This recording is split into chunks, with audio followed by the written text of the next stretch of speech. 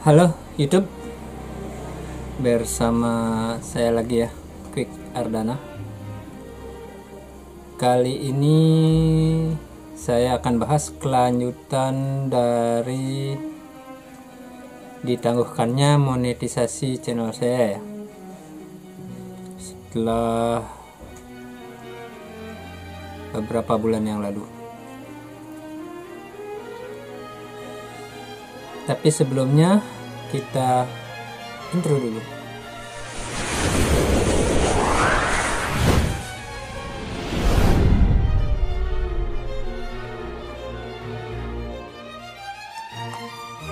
Kita berteman seperti yang sudah teman-teman ketahui, saya mendapatkan email pada tanggal 11 Januari yang isinya bahwasannya saluran saya atau channel saya tidak lagi memenuhi syarat untuk monetisasi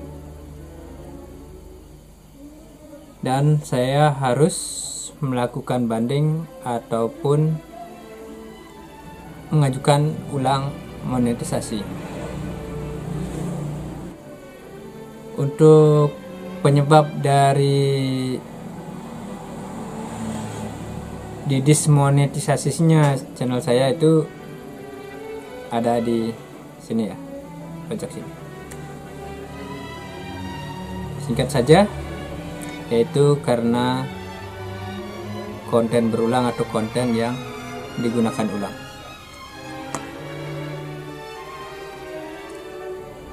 Nah, kemudian di sana ada pilihan saya bisa melakukan banding kalau itu menurut saya keputusan YouTube salah, dan saya juga bisa melakukan pengajuan ulang, akan tetapi itu berselang 3 bulan kemudian ya, tepatnya di tanggal 10 April 2024 yang lalu. Nah, kemudian saya mencoba untuk membuat video banding dengan panduan dari YouTube itu sendiri, yaitu teman-teman di YouTube ya. Saya coba lihat-lihat, kemudian saya coba untuk membuat video banding. Nah, setelah saya buat, video banding di sini juga ada beberapa persyaratannya ya. Waktu harus di bawah 5 menit, kemudian harus menyertakan URL dari channel kita di 30 detik awal, kemudian harus memperlihatkan cara kita mengedit video dan lain sebagainya. Nah, saya pun mulai membuat video banding tersebut. Setelah beres, saya upload di channel yang terkena dismonet dan di share ke tidak publik ya. Nah, karena nanti video ini hanya akan berhubungan dengan ya YouTube saja. Nah, kemudian di sana setelah semua proses selesai, saya harus menunggu beberapa lama ya. Harus menunggu beberapa lama. Tapi ternyata kabar buruk yang saya dapat yaitu pengajuan banding saya ditolak. Dengan penjelasannya bahwasannya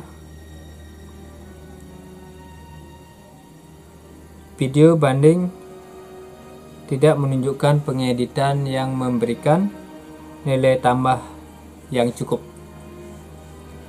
Pengeditan yang ditunjukkan di video banding Anda tidak mengubah karya asli secara substansial, menggunakan konten orang lain dan membuat perubahan kecil masih melanggar kebijakan kami tentang konten yang digunakan ulang.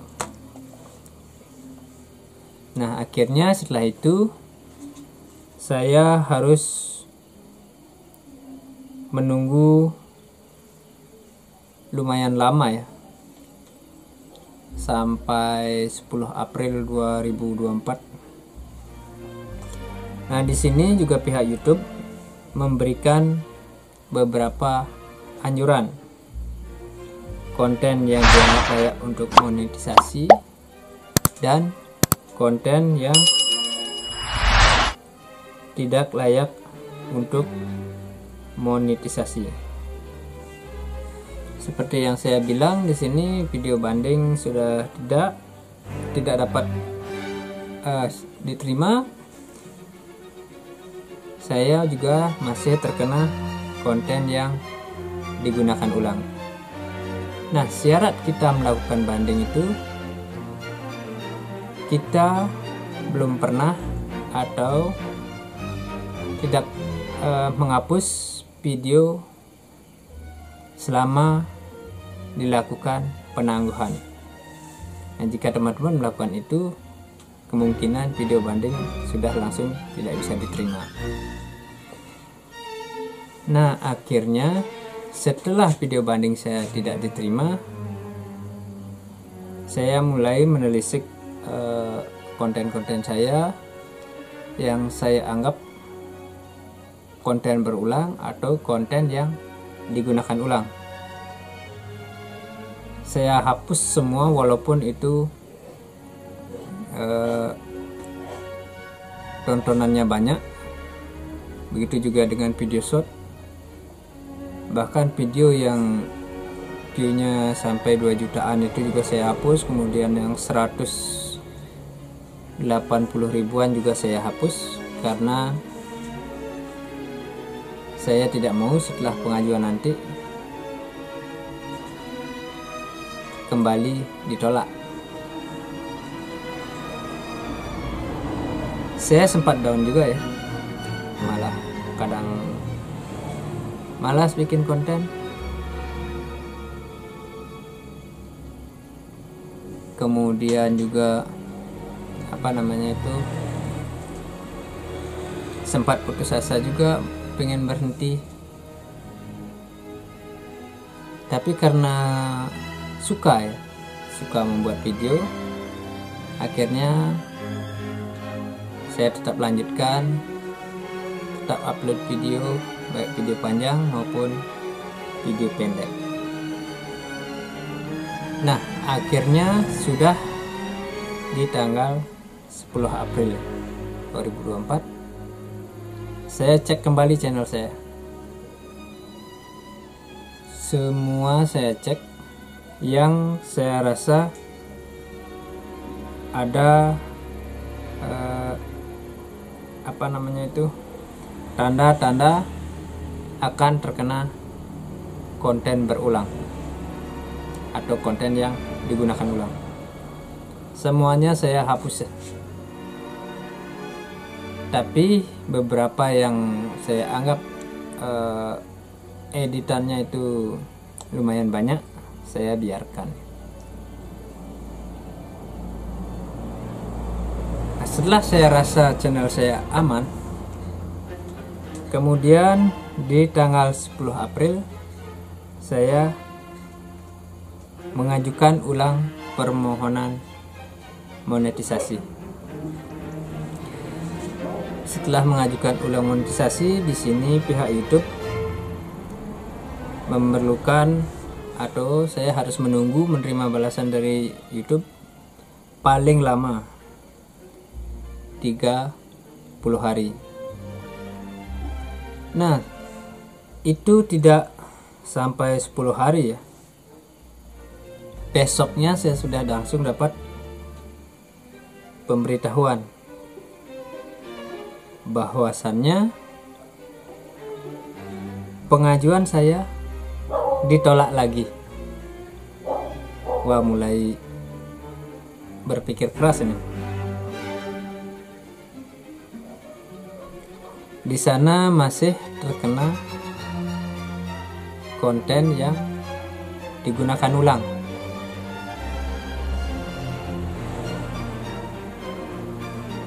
mulai berpikir, mulai cek channel lagi, mulai cek konten lagi, yang mana kira-kira terkena konten berulang.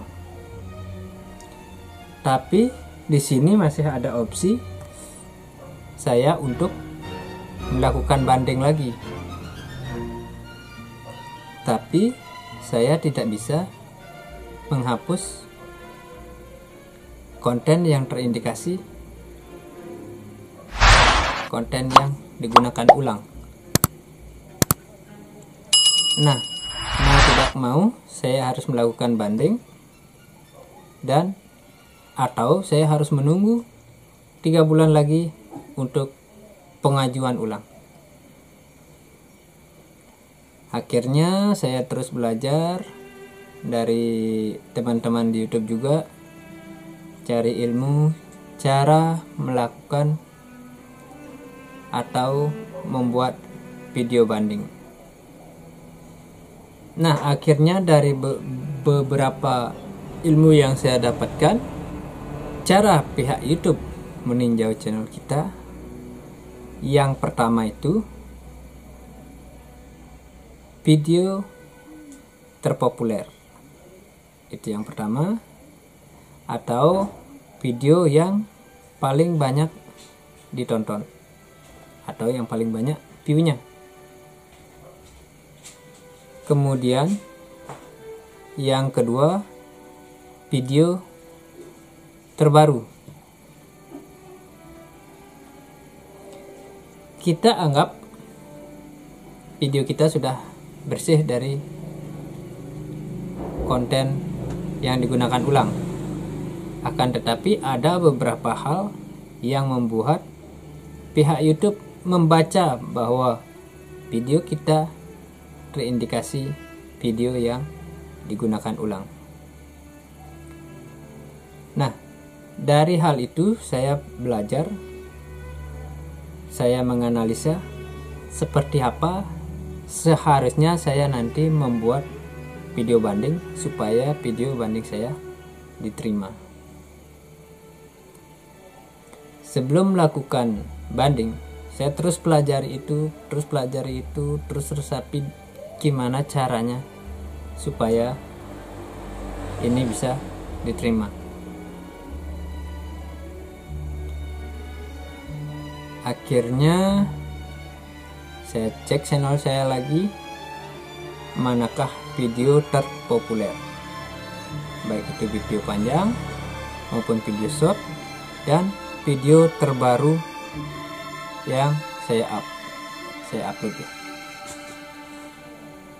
Seperti yang saya bilang tadi, di 30 detik awal kita harus mencantumkan atau memperkenalkan diri kita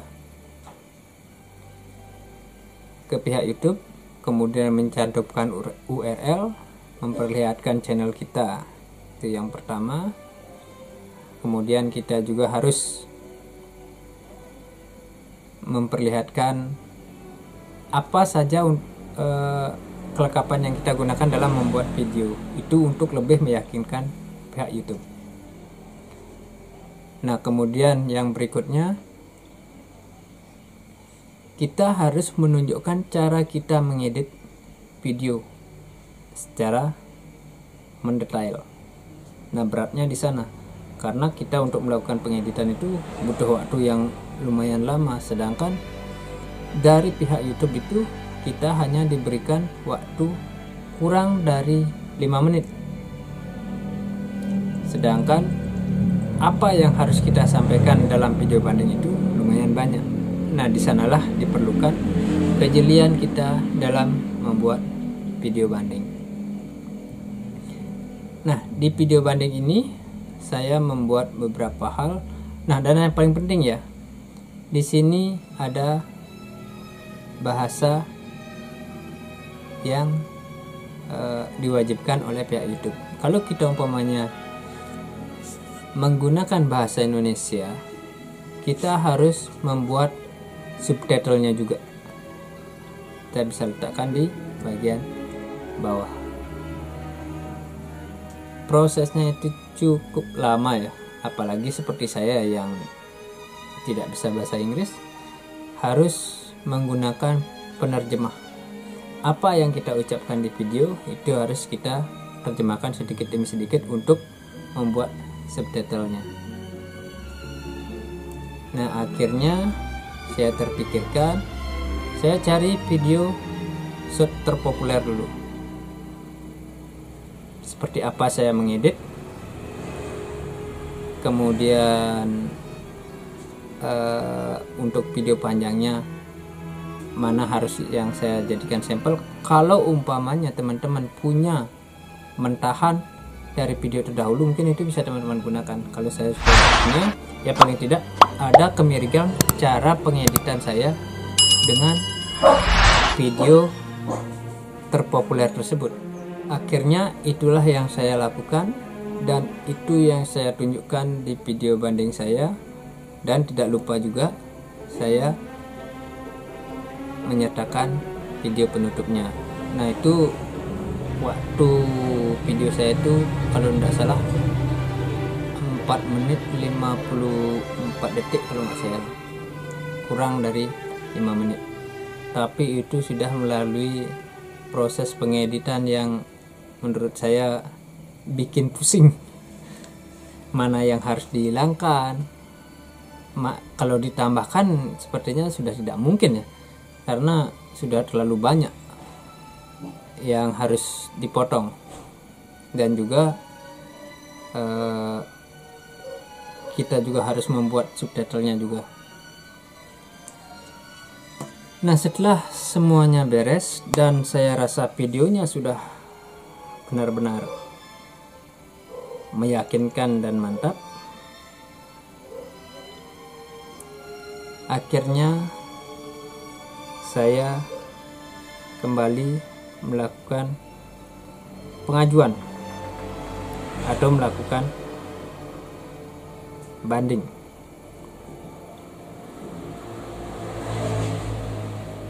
Kurang lebih ya cukup lama ya, beberapa hari kemudian, dan tanggal 25 April saya mengajukan banding, mengirimkan video banding ya. Nah, di sini untuk prosesnya masih sama ya seperti di awal ya. Kita upload dulu videonya ke channel kita dengan tidak publik. Nah, kemudian kita salin untuk linknya.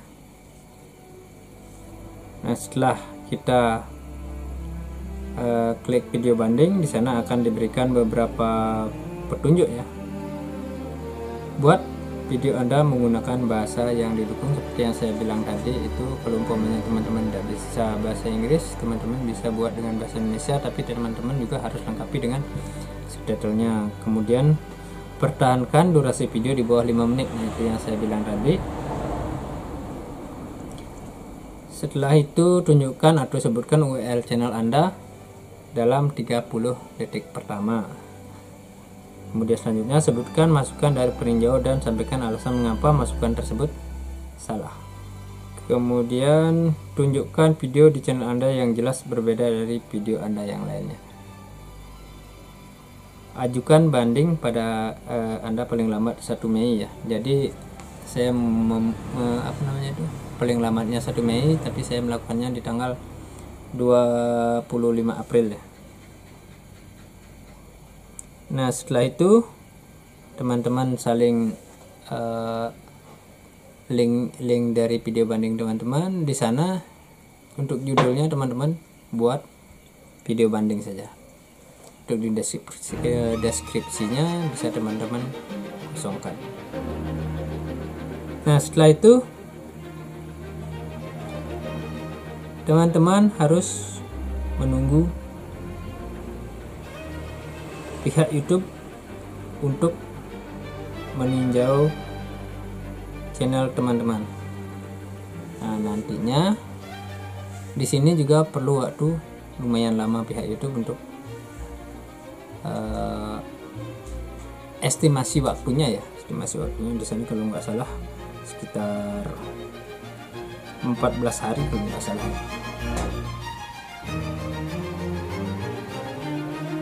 saya mengajukan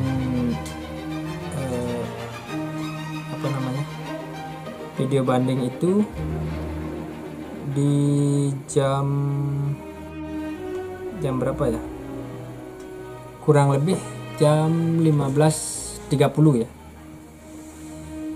dengan penuh rasa was-was. Setiap kali saya terus cek kadang baik email ataupun YouTube Studio ya, karena pemberitahuannya dari sana. Nah, sampai akhirnya pada pukul 22.28 saya mendapatkan pemberitahuan bahwasannya video banding saya diterima. Wis, senangnya bukan main. Walaupun istilahnya apa ya, kita belum mendapatkan penghasilan, tapi setidaknya apa yang kita lakukan itu membuahkan hasil yang maksimal. Nah, di sini dengan senang hati kami sampaikan bahwa pengajuan banding program mitra YouTube Anda berhasil dan saluran Anda ini dapat dimonetisasi lagi. Itu pemberitahuan dari pihak YouTube. Nah, kemudian setelah ada pemberitahuan seperti itu, saya langsung masuk ke YouTube Studio untuk kembali mengaktifkan semua dukungan terkait dengan monetisasi.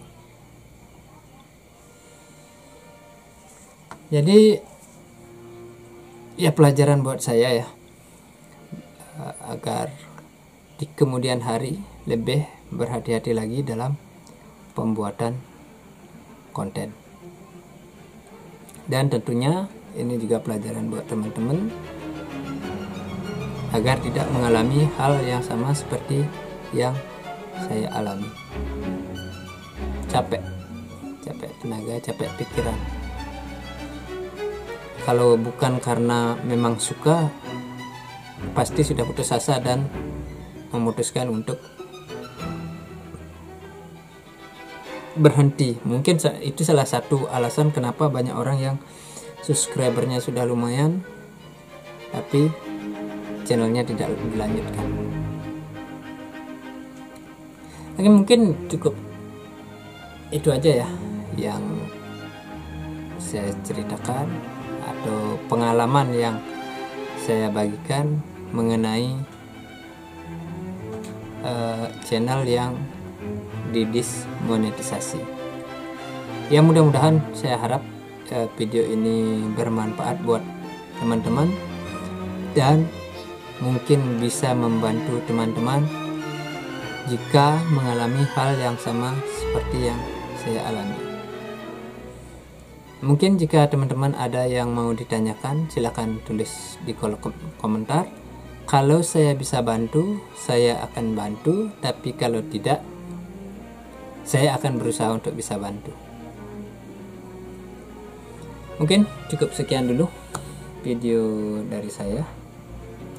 See you next time and bye-bye.